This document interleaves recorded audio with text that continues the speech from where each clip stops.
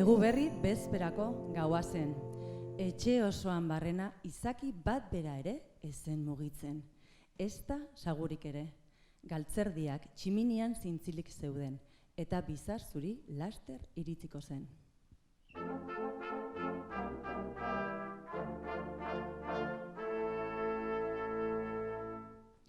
Haurrak haien oheetan bero-bero kikilduta zeuden, azukrez jositako ametsen zain.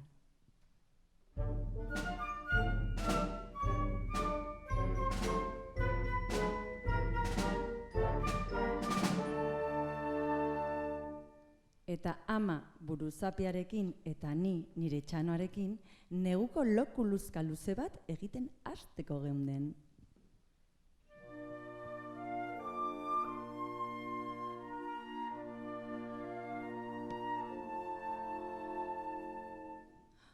Halako baten, zarata bat entzun, ohetik jauzi egin eta zer gertatzen zen ikustera joan nintzen.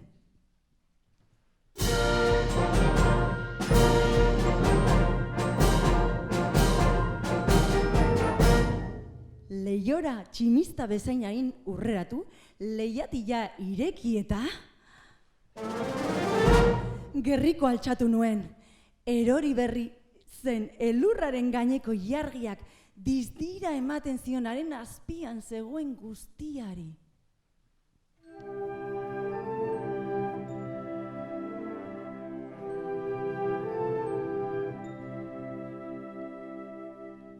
Orduantxe, nire begien aurrean, 8 elur orein txikik aurrera eramandako trineoa.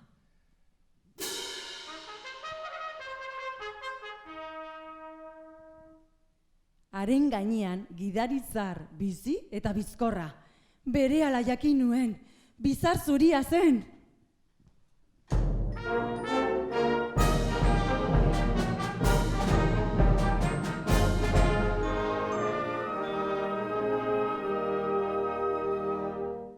Arranoak baino bizkorrago etorri ziren haren oreinak, eta hark txistu eta dei egin zien. Orain da zer, orain dan zer, orain prantzer eta bixen! Aurrera komet, aurrera kupido, aurrera donder eta blitzen!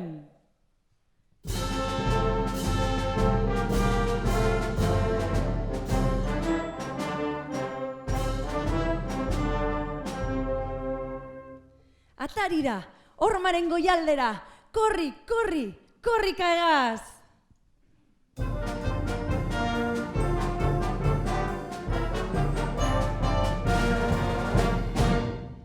Ostole horrek urakanaren aurretik egan egiten duten bezala oztopa batekin topo egitean, zerura igotzen ziren. Teilaturaino iritsi ziren bizar zuri eta oreinak egan. Trineoa jostailuz bete-beterik.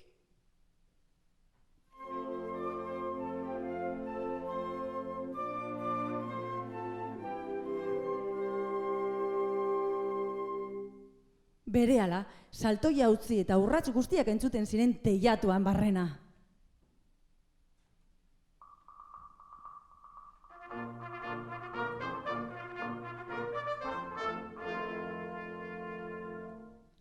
Buruan imaginatzen ari nintzela, buelta eman eta bizar zuri tximiniatik bera jaitsi zen jauzi batez. Larruz jantzia zegoen burutik oinetaraino, eta bere erropak errautz eta kedarrez zikinduak zituen.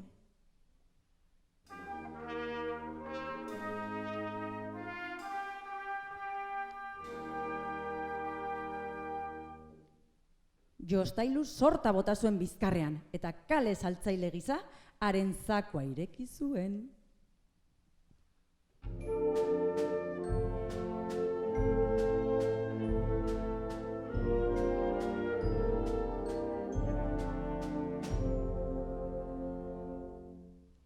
haren begiek dirdirkari ziren, haren elutsak zeinen alaiak, masaiak, arrozak zituen, sudurra gerezien bezalakoa, bere ahotsoa, ustai bat bezala bildua zegoen, eta kokotzeko bizarra elurra bezain zuria zen.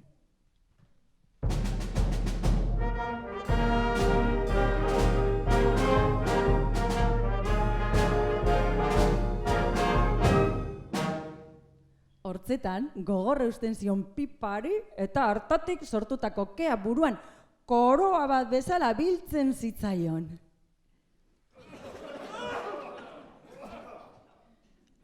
Aurpegi zabala zuen, eta sabel borobil samarra. Barre egitean, dardar egiten zuena, gelatina bolatxo bat bailitzan. Elfo lodikote potoloa zen, eta ura ikusterakoan barrez lehertu nintzen, gogoz kontra ere. Begierekin, keinu eginez, eta burua okertuz, aurki eman zidan jakitera, ez nuela zertan beldurtu.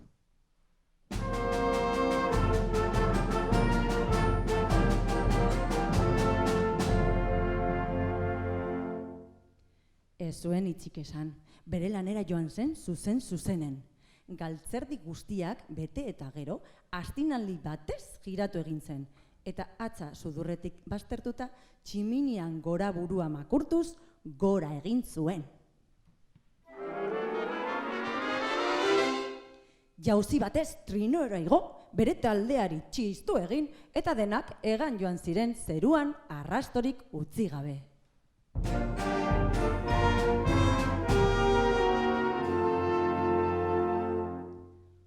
Orduantxe, entzun nion. We wish you a Merry Christmas! Gabon zoriontsuak eta urte berri on!